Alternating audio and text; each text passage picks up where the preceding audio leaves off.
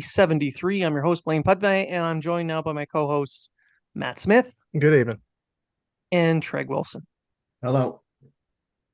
It is a rare time indeed to get all three of us together, and that's going to be the case all season long as all three of us are supremely busy with our day jobs and our sporting endeavors of lifting things and flexing. Yeah, Matt's doing really well. Good on Some you, of Matt. us are competing for a pro card, right? No, it's not. No, it's not a pro card. It's just No? I'm competing for a chance to compete for a pro card. Oh, okay. Well, step at a time. Mm. One rep at a time. So if I finish top three, I get qualified for nationals. Giggity. And then you get to travel. Woo. Yeah, I don't think I will. Though. I think I'm going to take a year off and then bulk and then come back for the Atlantics and then do nationals after the Atlantic. Excellent. I bet you're looking forward to eating some real food. Why are we even talking about that? Like, I got 3 weeks to my show on the 30th, and then 2 more weeks to my show in Moncton. So after all this is over, what are you eating first? Probably a steak. Okay. I'll go to the Keg in Moncton, get a nice big There you juicy go. steak. There you go. Baseball steak with French fries, mayonnaise. All right, I'm out. But until then, no. Yeah. All right. So for the episode this week, we got a few things to talk about. The prospect tournament, the Biosteel Camp that was here in Halifax, Hughes' summer, and other odds and ends that'll pop up. So why don't we just start it off with the rookie camp that's starting up on the 13th of September, which is a Wednesday. Matt, you put out the list. You retweeted the list of names Yep. that are going to be participating. I'd like to.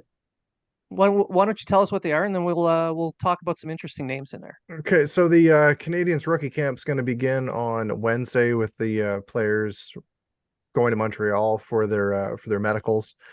There's going to be 27 players, 15 forwards, 9 defensemen, 3 goaltenders.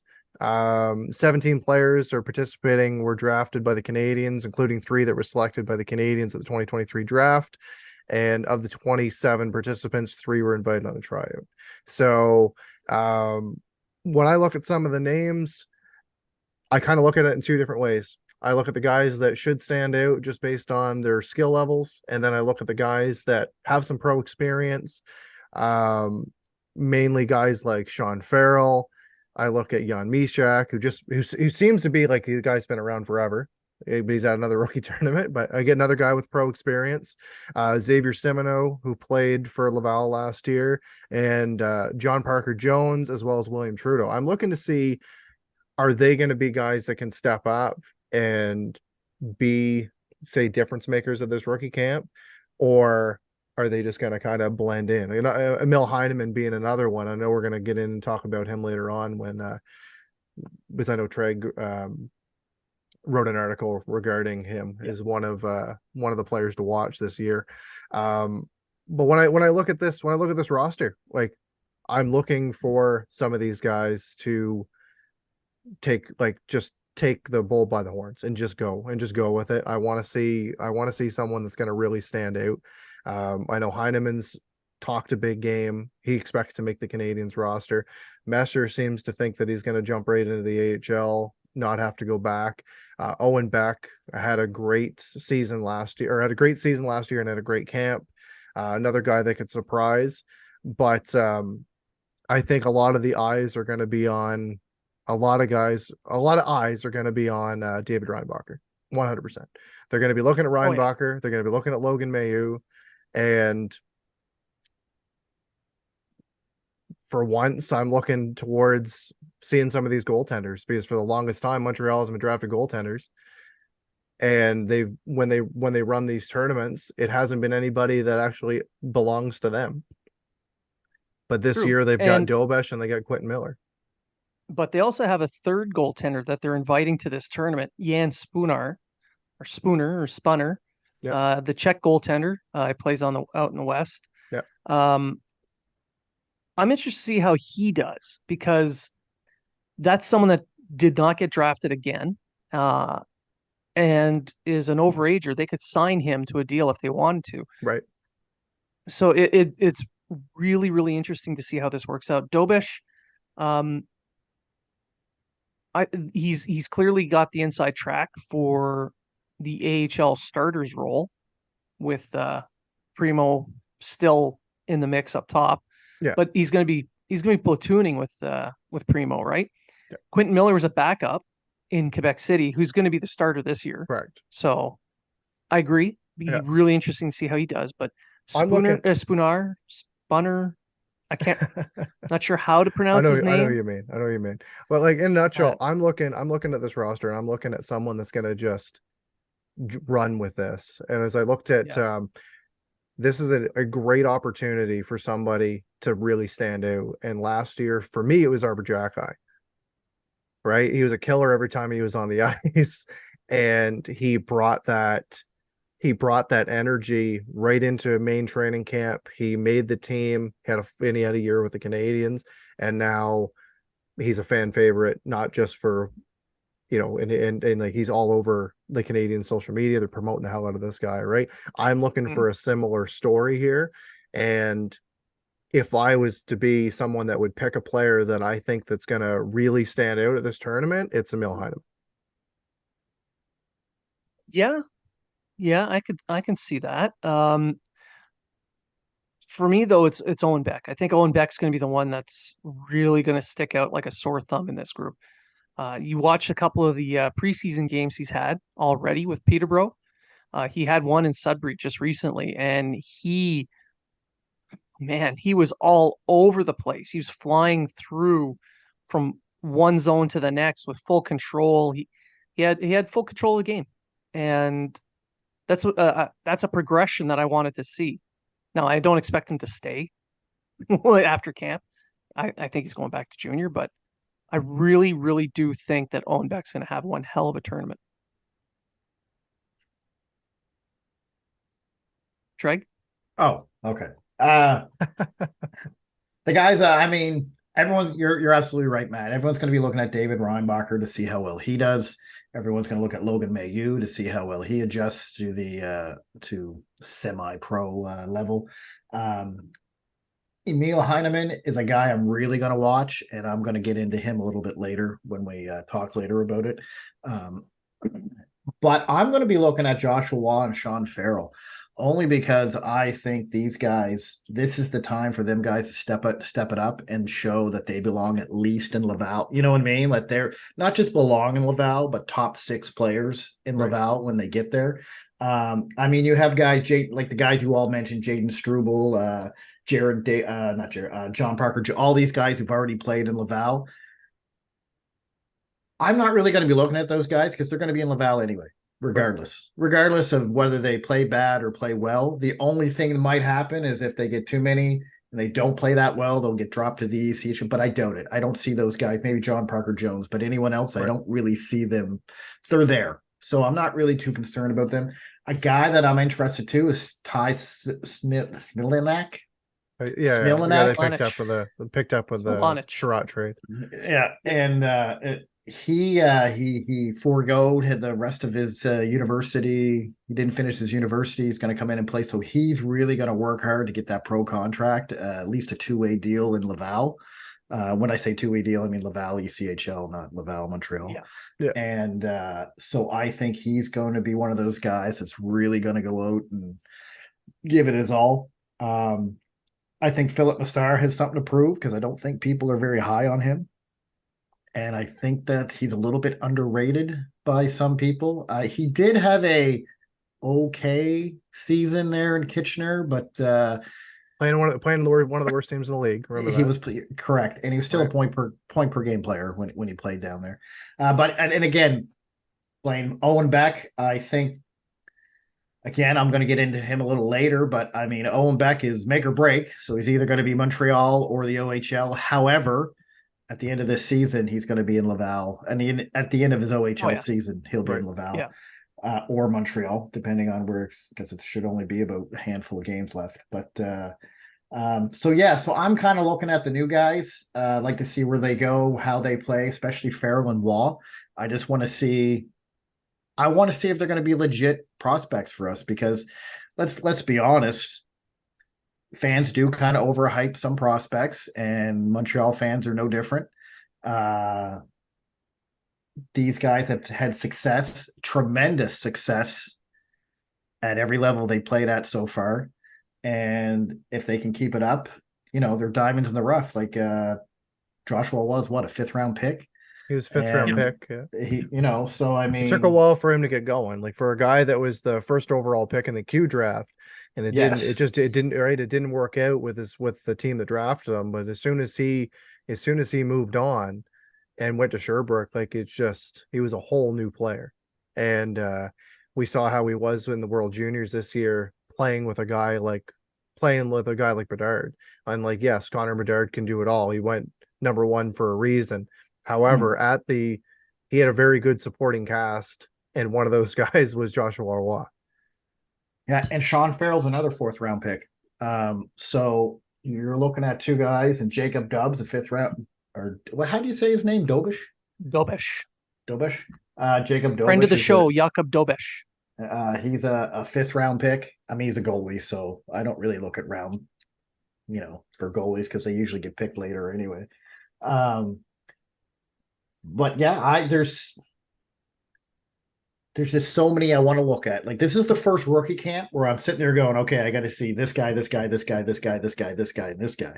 Whereas all the others, you're kind of looking at, like, even last year, no one was really paying attention about Jack Eye. No one really, until he started playing. And then you're like, oh, who's this guy? Right. But last year you're looking at, Slavkovsky, and you're looking at Massar, and you're looking at, these guys that came into the little draft. Slavkovsky is who everyone was looking at last year, and he was okay, right? And so this year, I think it's going to be exciting this year. I'm excited for this rookie camp this year, because I'm excited to see if these people we are hyping are actually going to be and I mean, it's just a rookie camp, so again, you got to kind of take it into perspective. Yep. But if Waugh and Farrell can dominate this rookie camp, then I think they're going to have solid AHL seasons. Right. Yeah, and that's where they're supposed to be heading to anyway, is the AHL. And Laval's going to have a hard time picking and choosing their full roster, even though they can carry a lot more than just the 23. I think last year they had 32 on their roster until everybody started getting hurt, and they were whittled down to 12. But this year they got a whole bunch of people coming in, new faces, like a Jakub Novak, who's going to be in this tournament. He's a guy who has played pro last year, played the NCAA, did fairly well, and he was drafted by Ottawa 5 years ago. He's about 23, 24 years old. He's a big kid too. He's 6'3", 6'4", 205, and he skates really well. So you bring in that new face they got in the draft and the trade, the 3-way trade. So their wings are getting a little bit bigger, a little bit faster. That's going to insulate guys like Farrell and Noir, who are going to be coming in as rookies. But there's on D, that's where things get really, really interesting, because the Canadiens have also invited someone named Stanislav Demin. You'd think he's Russian, but in reality, he's an American, and he played in the NCAA for several different schools. He kept bouncing around trying to find a school that would give him ice time. And he finally found it in his final year in Merrimack, and he did really well. He was a top scoring defenseman on the team. He's a big kid as well, 6'2", 205, skates really well, great first pass, highly agile on his edges. So that's a kid who's fighting for an AHL contract, just like Smilanic is. But in his case, he's on the left side of the defense, which in the Montreal system is pretty stacked.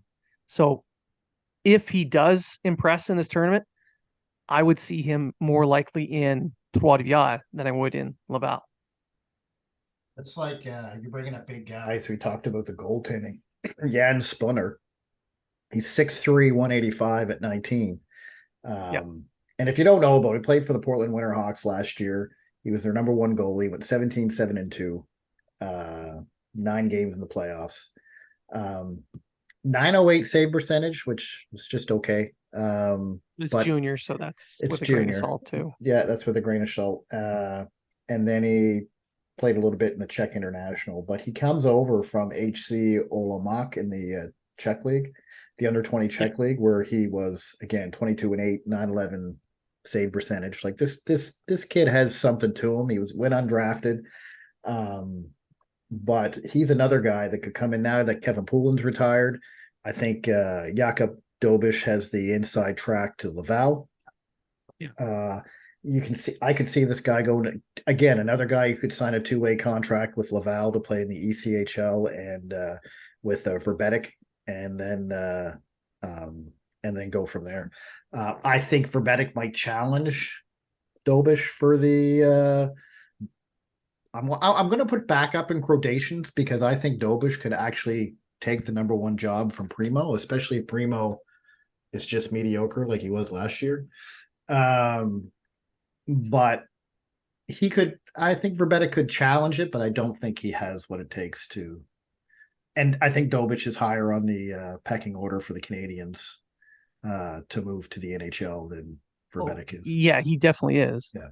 Yeah. And I don't think Joe Verbetic hasn't signed with anyone yet. I thought he was still. I thought he signed 2 years last year to a 2-year, 2-way No, contract last year. Okay, just a 1 year okay, deal, okay. Well, a 1 year there. AHL deal.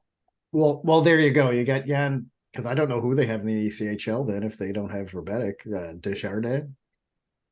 I think that's who was there last year, but I have no idea.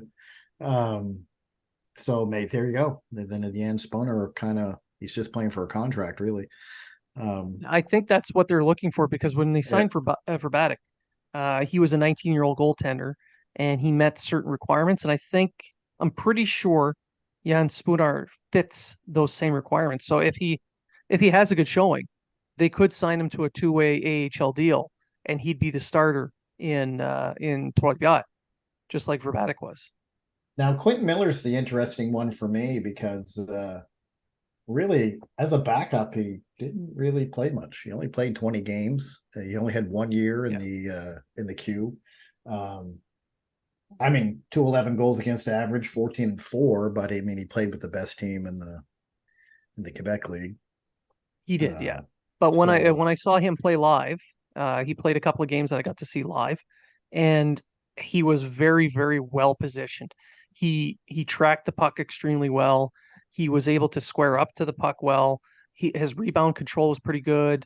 You can tell he's a backup and he's not playing a lot because there were some times where his puck handling wasn't all that great and there were some missteps. But all in all, he played really strong hockey. This year he's going to be a starter. Yeah, well, he was playing behind William Russo, and William Russo had a pretty stud season, right? So, but Russo got traded. He's with the Huskies now, so because they wanted to open up for Miller. Yeah, so Miller will be the number one there. Yeah. So a good camp for Miller would be a great way to start his season. Right. Just to go off that a bit, because we're on goaltenders, we're talking rookies. People in this year's draft, a lot of people were upset by the fact that Montreal went out and drafted 3 goaltenders. But if you look at Jacob Fowler, to me, I think it's going to be an NHL starter. I think he's going to be the goalie. Him and I want to say Jakub Dobish are going to be the goalies of Montreal's future. I think he's going to be what they thought Primo was going to be. Yes.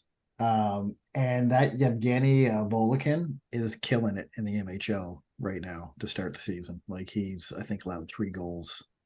I know in the preseason, I think in 5 games, he allowed 3 goals or something stupid like that. And so don't, whether he ever comes over to the NHL, I don't know with all that's going on over there, but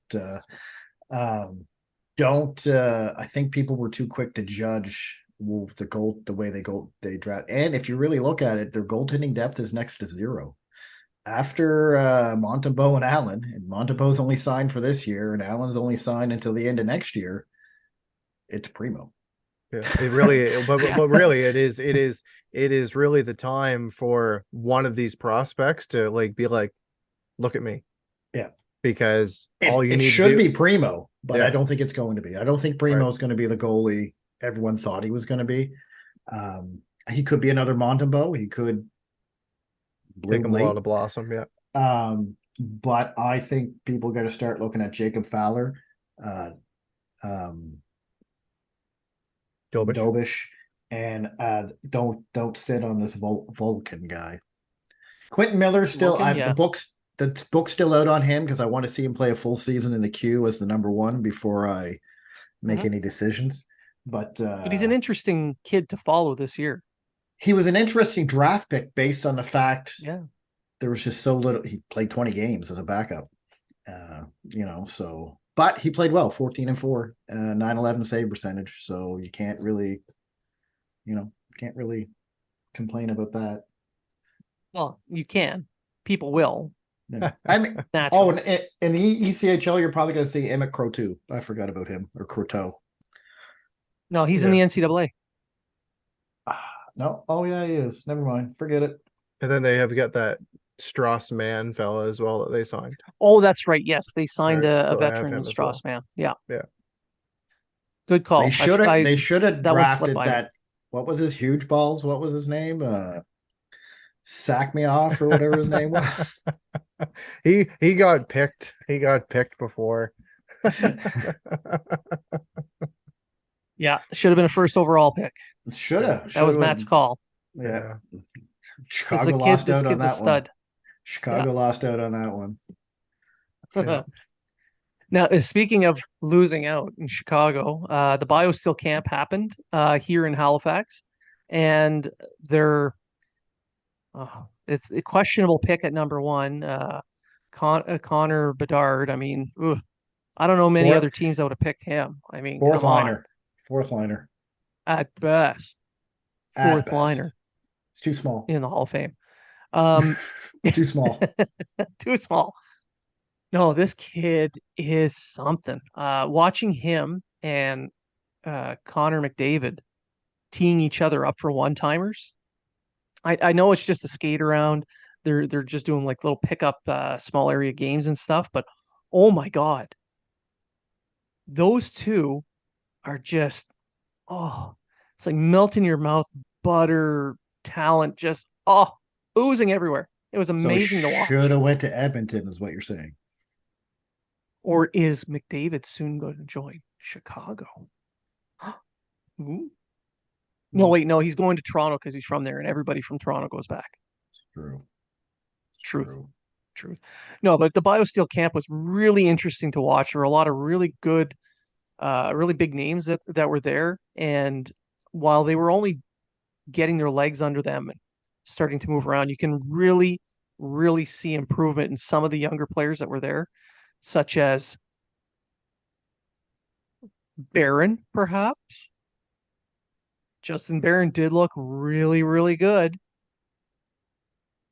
Very mobile. It looked like he had a little extra pep in his step. A little bit more speed coming right off his first step.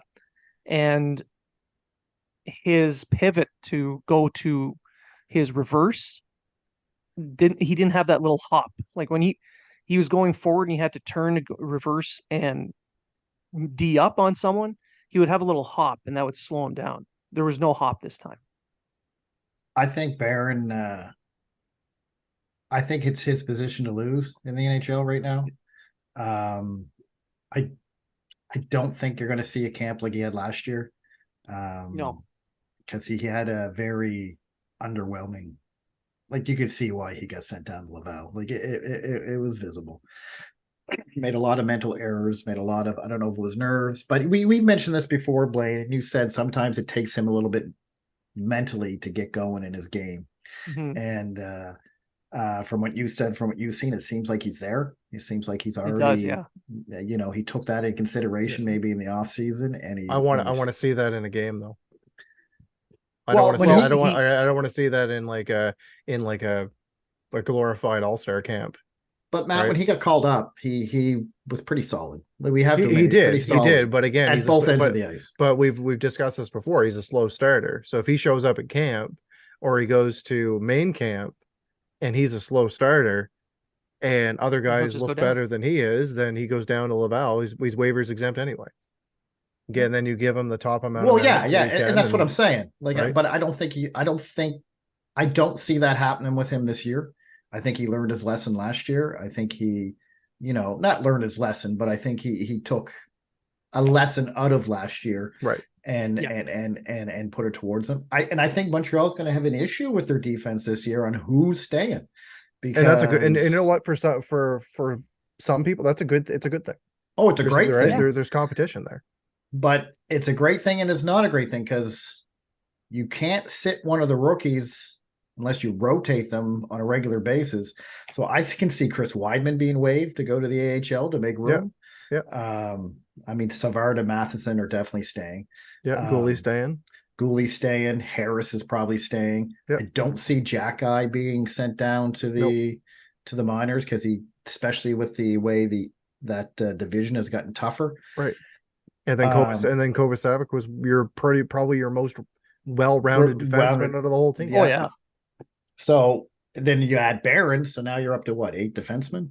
And then you still got the new guy and Gustav Lindstrom. And you get Gustav Lindstrom, Chris Weidman. I mean, I think Weidman's done. I think he's going to get waived. Well, on Weidman, I have it on good authority that he is injured at the moment. Yes, and he will not start the season. I heard he has a back injury. So yes, yeah, I heard that too. That'll play into the camp. If he is out for any length of time, they won't need to waive anyone. But out of the names you mentioned, there's still 8 defensemen. So yeah. Someone has to go to Laval. Somebody. Yep. It'll be someone that is waivers exempt. Yeah. So it's either Barron, Jack Eye, Harris, or Gooley. So basically the entire blue line. Right. You know what I mean? Like, yeah. So it's that's really, part of the problem. Unless there's a move to be made. And because I mean, we all know Casey DeSmith is being shopped right now. And I think teams are just waiting to see what their goaltending situation looks like before they make a move. Maybe a defenseman gets thrown into that mix, and might have to. And just who is it? I don't know. If it's Jack Eye, I'm never being a Habs fan again. So I'm done. I'm out. What a punch in the face that would be. Oh, it's gonna hurt my shoulder. No, but I mean, I think the real problem, yes, there's going to be some really good competition come main camp, especially after this rookie tournament. We're going to see which of these rookies or young players are going to be prepared to compete right away. I can foresee maybe 4 or 5 of them right away stepping into the main camp and causing some really tough decisions. But with the sheer number of rookies and young players that are going to the main camp, I think the fact that some of these guys are waiver exempt is going to play in the fact that they go down, because the Canadiens don't want to be losing other assets that if they waived, they would lose when they're planning on trading some of these people anyway to get some assets back. Yeah. Lidstrom, if they waive him, I think he gets picked up. Oh God, yeah, right away. As soon as they leave him. But it brings up another interesting thing. If we want to talk about this rookie camp, it's also going to show you not who's ready for the AHL, but let's talk about the elephant in the Montreal Canadiens room, and that's the injuries that they've had over the past 2 seasons, 3 seasons, 4, 5. And well, I mean, they got rid of their trainer, so it's all good now. Yeah. Yeah. So you got to look at guys like Sean Farrell, Joshua Waugh, Logan Mailloux. Are they all going to be ready to make that jump to the NHL because of injuries? Are they going to be wanting to make them jump to the NHL for the injuries? So, I mean, you're going to see Elias Anderson. You're going to see him move up and down from Laval if he doesn't get picked up on waivers going up and down. Jared Davidson could be another guy that they use to go up and down. Riley Kidney's a Heineman. Well, Heineman, Mysak. I think Mysak will probably, or Mishak or whatever you say his name. He could be the guy they use just because he's kind of fallen down in that. And they did kind of mention this offseason. They kind of want to develop properly and not push guys too quickly to where they shouldn't be. Yeah, that's where I would see them use a guy like Kandata or something. Yeah, Yes. Kandata, Mishak. I think Heineman is the only guy for me that I think they're willing to bring up to the big club in an injury issue. And again, we'll talk about that a little later. But like in defense, you got Turgenev, William Trudeau, Jaden Struble, Parker Jones. I think you'll see all those guys maybe just to keep Mayu, depending on how well Mayu does. That quarter Francois Bouillon, he's ready for the NHL right now. And which brings up another question. Mayu and David Reinbacher, you want to talk about defensemen? What if they kill it at training camp? And I mean kill it. Yeah, it's gonna make it. They're gonna make some hard decisions, that's for sure. I see Okay, let's get Reinbacher's- into the Reinbacher thing. Yeah, I see him Let's still get into going that. back to Switzerland, but no matter what he does, Obviously, they'll leave the door open on the off chance that those guys, if they do show up and play as if they're all NHL All-Stars ready to go to the Hall of Fame now, they'll make the team. But I'm going to be brutally honest. I see that as a 0.1% opportunity for either one at this point. For agreed. Mayu, he needs more time. He hasn't does. played more than what is it? Almost 100 games or just over 100 games in the last 3 years. Right. That is not enough. It's not. And with Reinbacher, give him a year to marinate over in Europe. Let him settle in, pick up a few other aspects to his game because his offensive game is just starting to blossom. So you send him back to some place that he's comfortable, let him work on that part, then bring him back and adjust more to North American style. Because this whole thing right now is just to give him an idea of what North American style hockey is. I think the question for Reinbacher coming to this camp will be: is it Laval or is it Colton? And I think it's going to be Colton. I think so too. Should be. I don't think it's going to be that big of a discussion. But say he does kill it in this training camp. Like say Reinbacher comes out and you're watching like, holy fuck. Like now I still think it's not the decision of do we keep him under Montreal? It's going to be the decision. Okay, he's really adjusted. He's really played well over here. Do we want him to go back? You know what I mean? Or do we want him to keep adjusting in North America? I think that's going to be the question. Personally, I think it should be Switzerland. I think he should go back there. He says he wants to finish school. The coach is really good with him. He's really good with the system over there. They're high on his offensive side, although a lot of people think he's a defensive defenseman. But the way, if you watch that little video, the way they talked about him was he's a two-way guy. Like he can play offense. Yep. He can run a power play just as good as he can play on the penalty kill. And if that's the case, you're absolutely right. Like let him develop that in a place he's comfortable. Right. And you know that they're less planning on, and you can tell that they're planning on him going back anyway. They're not thinking Laval for him because if they were, why would they be signing guys like Brady Keeper? Why would they be signing guys like Noah Laone? Yeah, like these are right-handed defensemen that'll play at the AHL level and eat up a ton of minutes there. And you got Mayu, who's probably going to be added on. So why would you sign that many right-handed D-men?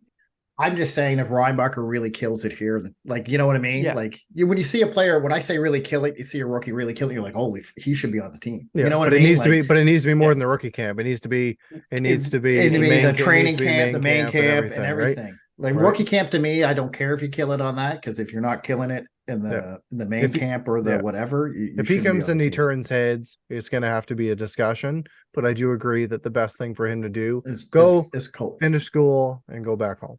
Yeah. I don't think that the deadline on deciding on him is the end of the main camp.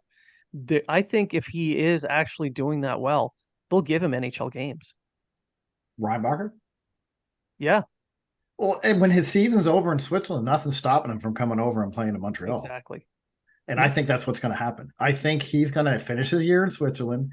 I believe they're done a month before the NHL, if I'm not mistaken. I think their playoffs and everything, depending on playoffs, they could be done at the beginning of April or at the beginning of May.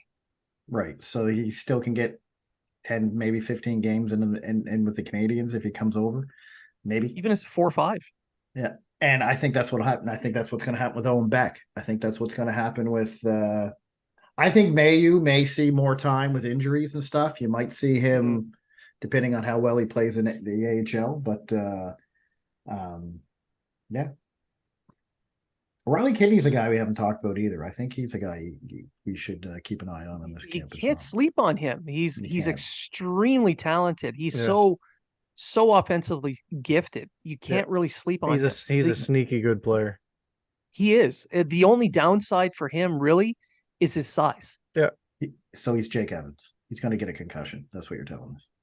Well, like I felt bad for him because I thought he was going to be a lock to make the junior team, and he came in injured, and he only had that one little game, Yeah. and then he Yeah. couldn't finish the rest of camp, and that was everything. Like he was done after that. So, but then he And you got see what he traded. did in Then he Gatineau. got traded to Gatineau and absolutely lit it up.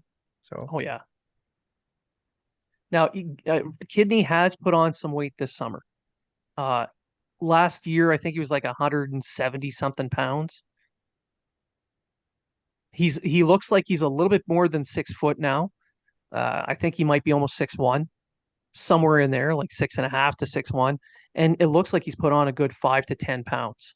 So that bodes well for him this season. Just watching him in his training sessions out here, he looked a lot bigger. He looked a lot faster. Then again, it could just be that he was playing in the smaller rink and it just seemed that way. But at the same time, like you mentioned, Matt, this kid killed it in Gatineau. He absolutely will. 22 points in 13 games in the playoffs. In the playoffs, that's when, the physicality ratchets up. And even in the queue, they put up I know 65 people are going to, 65 points yeah. in 29 games. Yeah. When he got So to Gatineau. Yeah. he's someone you can't sleep on either. And at the very worst, he's going to be in Laval. Yeah. Yep. What you're saying is we're going to be an offensive juggernaut in like 2 Yeah, you know Well, what? It's the rookie camp should be a good point to see, because we look at the competitions that are already going to be within the Canadiens, and then I think this rookie camp is going to be a nice measuring stick to see, is this competition going to add more competitors to it, right? Are we gonna see some of these guys jump up into it? Because right now, like you look at the Canadiens roster, yes, there's guys that definitely have locked positions. There's some guys that have locked positions just because they're veteran players. However, where they slot in the lineup, there's a lot of openings. It's like, who's going to play on the top line with Suzuki and Caulfield? Who's going to play on the wing with Doc? Who's going to round out the third line? Who's going to round out the fourth line? Is there a defenseman that can knock one of these guys out, right? Like there's a lot of what ifs. And if one of these guys from this rookie tournament can do that, I'm not going to even name, I'm not even going to, I will add Reinbacher to that, but with the discussion we had, I still think that he's probably going to go back to Europe. But if we see a Joshua Roy, we see Owen Beck, etc., it might knock one of those guys out of the lineup. And I think that it's going to be a great hockey to watch. And this is the good but bad situation Montreal's in, is they don't have any room for anyone to get knocked out. Yeah. Well, they already need to find room for either Slafkovsky or Harvey Pinard. Yeah, and and then you've got Heineman, you got Ylonen, etc. Right? I've said this many times for many years. It's been, let's stock the shelves with prospects. Let's stock the shelves with prospects, and then it's like you've got everybody sitting on the shelf, and it's time for these guys to go at it and to have this competition. And either you have it or you don't. They're going to have to start picking the guys that they think that are going to be NHLers and that are going to contribute on this team. And there's going to be some good players that are in there that aren't going to make it. And those are the guys you need to be like, let's package this guy with something when the team starts to ramp up their competitiveness within their own division to make that next step to get someone that's going to help them. Because you can say all you want, and you can say, look at all my shiny prospects. Look at everything that they've done in the Q or the OHL or in Europe or anything like that.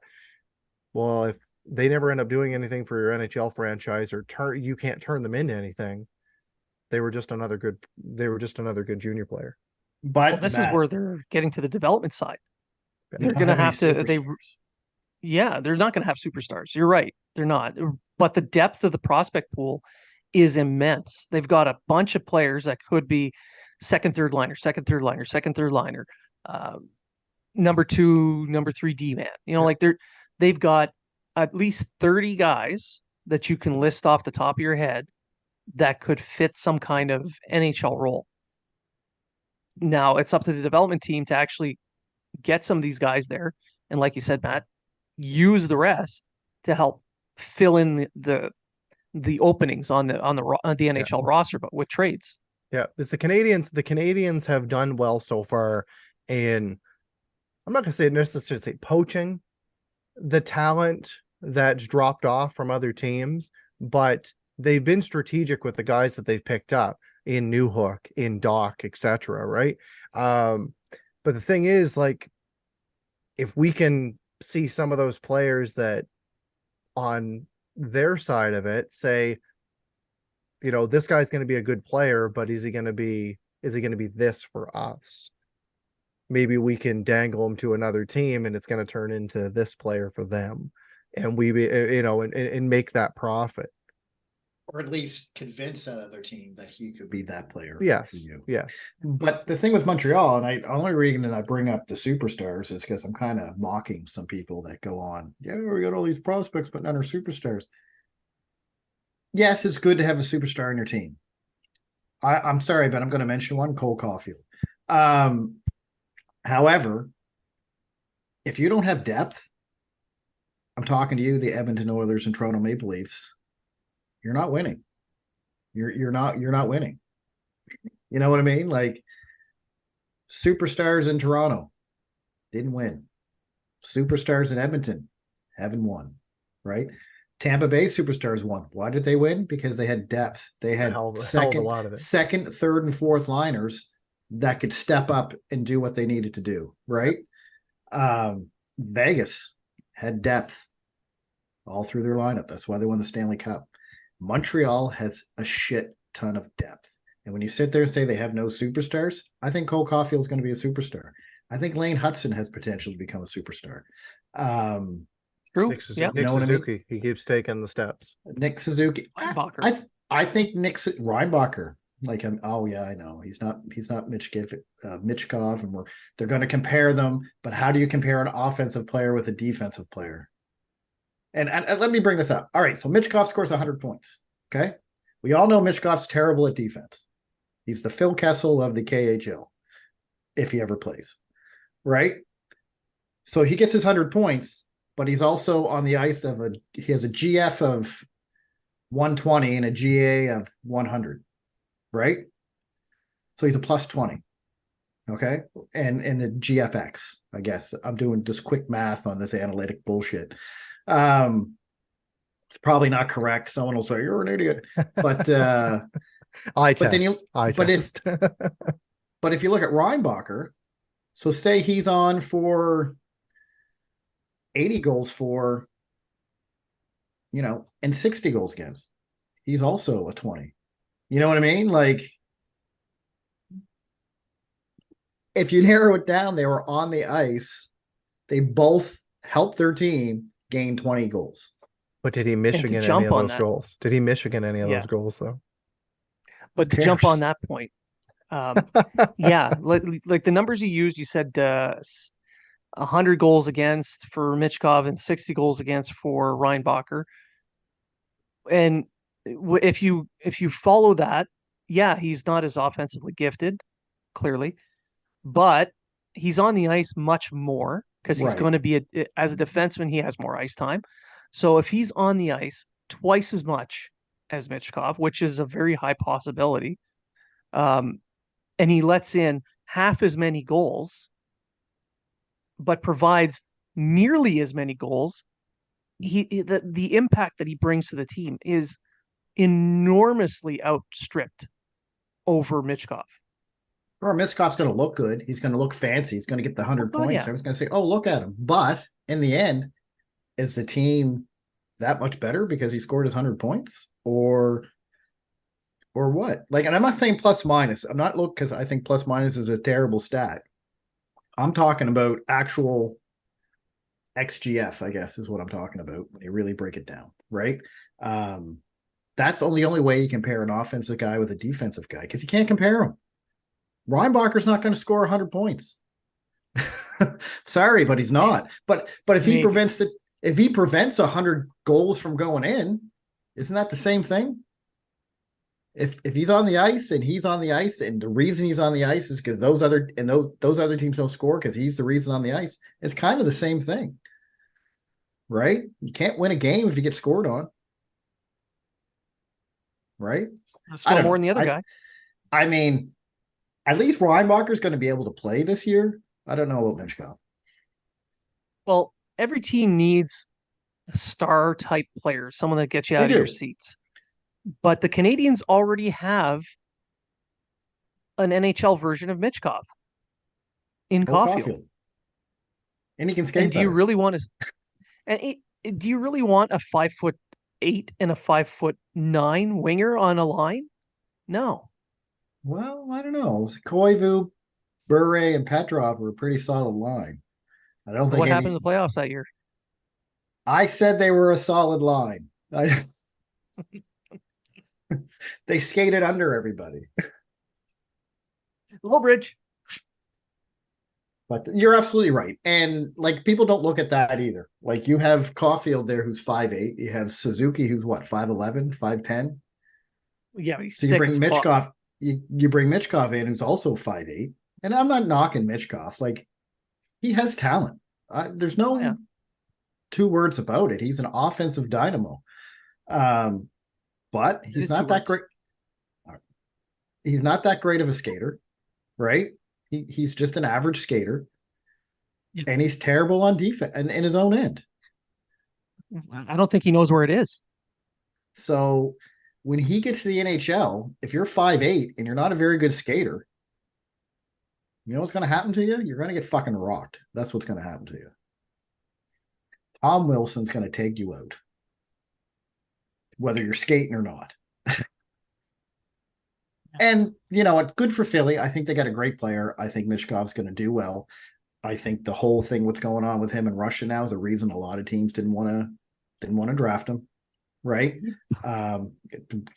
SKA has a terrible coach who only got there because he knew people. But you want to go on about rookies, Demidov's playing. He's played every game but one, right? He even played 13 minutes in his last game. And then again, he never come out publicly and said, when I get drafted, I'm going to play in the NHL either. So that's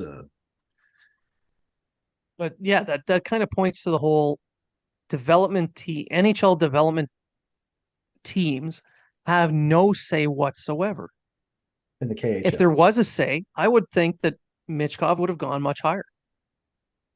I think he could have went first or second. If they could, if he could come right over to North America, if he didn't have a contract with the KHL, and B, if he wasn't in the KHL. True. I mean,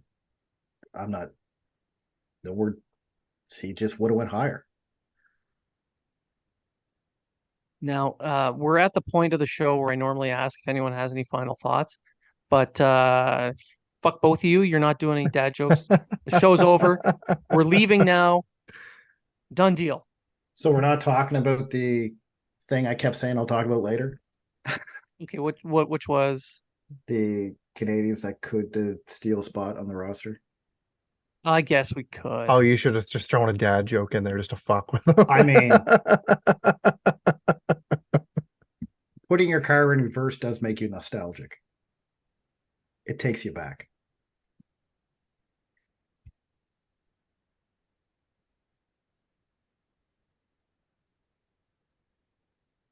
So I'll go over it quickly. 3 guys that we were just talking about that could make the Canadiens out of this camp if they kill it. Owen Beck, Emil Heineman, and David Reinbacher. Now, we already established David Reinbacher's probably going to go back to the Swiss League no matter what.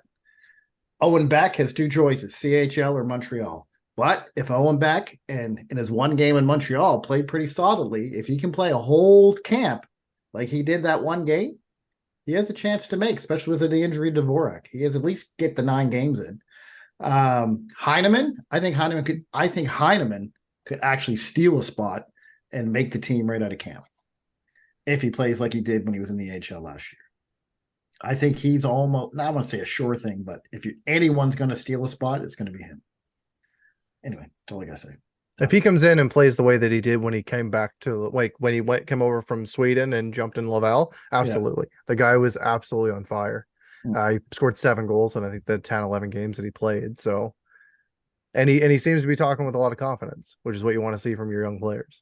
And for me, I think he's a better offensive Lehkonen. I think he plays a solid 2-way game, and he knows how to hit the net, unlike Lehkonen did when he was in Montreal. Then he goes to on his shot is a laser beam. Yeah. Oh, it's incredible. For me, I want to see the guys that make the team stay on the team. I want to see some health to this team, because other than Nick Suzuki, who played all 82 games, the only other player that played over 70 games was Kovacevic. Besides Suzuki. Yeah, that's right. Yeah. But nobody else played over 70 games. So those new trainers, those new trainers, they're going to be miracle workers.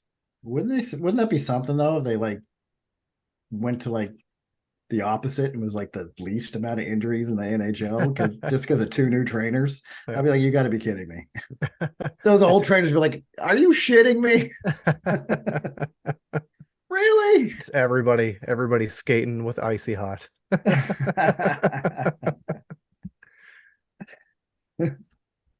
Mario, we really got to make sure these guys stay on the ice.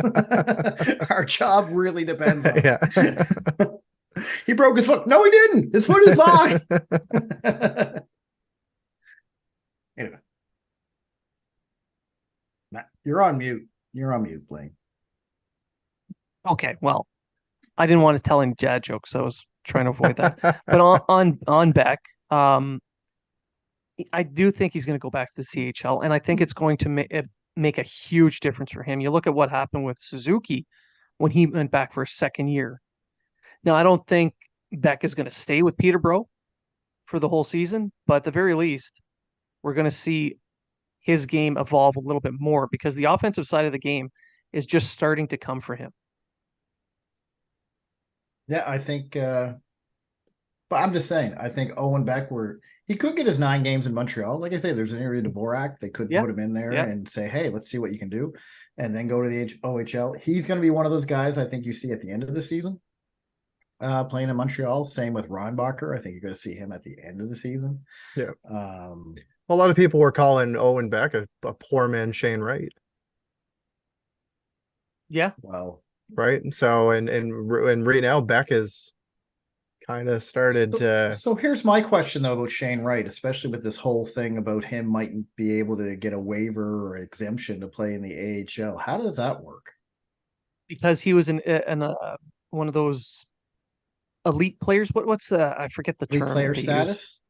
Yes, the exemption that he got. Yeah. Because so he was eligible to play in the OHL for his 4 years already. Yeah, which is the norm. So they could probably he got in early. Yeah, but the thing is he didn't play because he played the one season and then COVID hit. Right, so he only actually played 2 seasons with the Frontenacs. But doesn't he have to be 20 to play in? Yeah, that's why they're if they were to do it, they'd have to put in a waiver for it. Right, and I think that would be their excuse. Yeah, and he's not 20 until January. I think that opens up a lot of holes, though. Of course it does. Where a lot of teams like Montreal could say, well, we got Owen Beck here. Yeah. You know what I mean? He got nothing more to learn in the OHL. Yeah. We want him in the AHL. He's 19. You know what I mean? We're wasting away. I think that whole rule's stupid anyway. Yeah, I think if you're a European player, you can jump right in. Right. I think if you're ready to move up, you're ready to move up. And you should allow them to move up, personally. I understand. To protect CHL teams. I understand why the OHL did it, because they don't want, as soon as a guy gets drafted at 18 and he's good enough, the team's like, all right, you're going to play for Laval. You know what I mean? But I get it. So but it's also, it needs to be revamped, I think. Anyway, that's it. That's all I got. No argument here. All right. So for real now, end of the show. Final thoughts. Matt, you're going to be the only one allowed. I told you I got a joke too. So Then never mind. I'm going to be the only no. one allowed. So I got three things and a joke actually. So friend of the show, Mike Comito. He always tweets out the on this day. So on this day as we record, 5 years ago today, the Montreal Canadiens acquired Nick Suzuki, Thomas Tatar, and a second round pick from Max Pacioretty. Also on this day in 2014, Saku Koivu announced his retirement from the NHL after 18 seasons playing with the Canadiens and the Ducks. And something not hockey related, everyone knows I'm a big UFC fan. So shout out to Sean Strickland for winning the middleweight title. And on the Canadian side, congratulations to George St. Pierre, who was named to the Canadian Sports Hall of Fame. And I'll do my joke. I'll do my joke now if you want, because it's pretty fantastic. Please don't. Oh, it was so go ahead. Okay. So did you know that it was illegal in Hawaii to laugh too loud? I never knew that when I was there, but apparently it has to be aloha.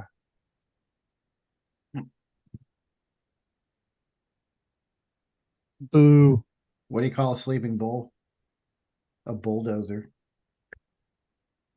Okay, Matt, I'm going to give you a thumbs up for yours because that one's so bad. So bad. Hey, Treg, you got something other than a dad joke?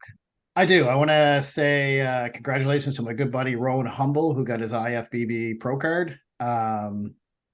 I've been working in this gym, working with him in the gym, not with him, but he's one of the guys I go to my gym, and he's been working really hard at this. He's been at it for years trying to get his pro card. So congrats to him. I don't know if he listens to the show, but congrats to you, Rowan, for getting your pro card.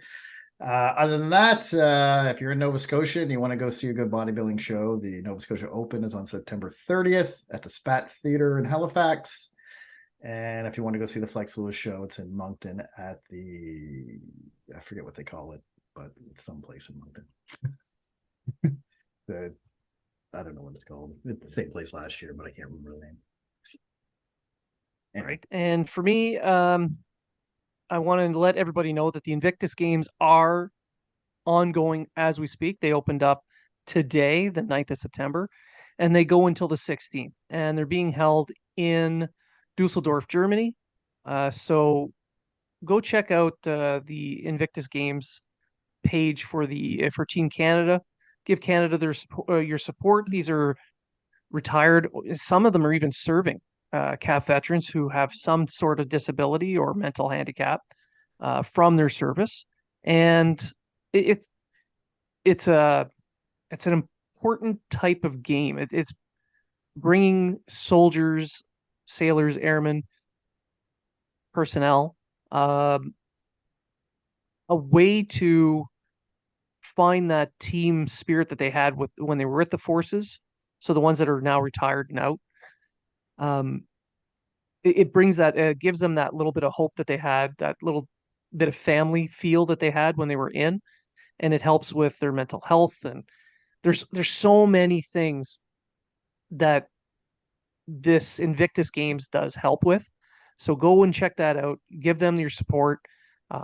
And if you're looking for a charity to donate to help veterans, Veterans Canada is an excellent place to go. Vets Canada. You can find them online, vetscanada.ca or at Vets Canada on any of the social media platforms. I've been working with this group now for years, and they're amazing in helping to raise awareness and help get people off the streets. We look for veterans who are homeless and help them get out of that situation and back into regular society with whatever help they need. And these people do it behind the scenes, in the shadows. They don't care if they're known. They just want to help these people. So if you're looking for a charity, that's the charity that I would give to.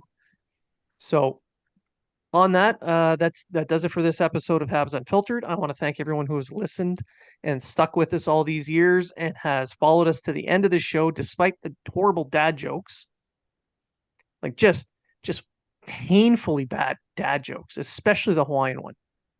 People are still laughing at that. I know they are. It's cute. You couldn't even get no, never mind. I'm not going to say it. It's too mean. But no, I want to thank everyone for listening and tuning in and continuing to interact with us online. Send us your questions, your comments via email, on YouTube, social media, anywhere. Habs Unfiltered. You can find us there. I want to thank you for doing all that. And remember, if you are talking about it,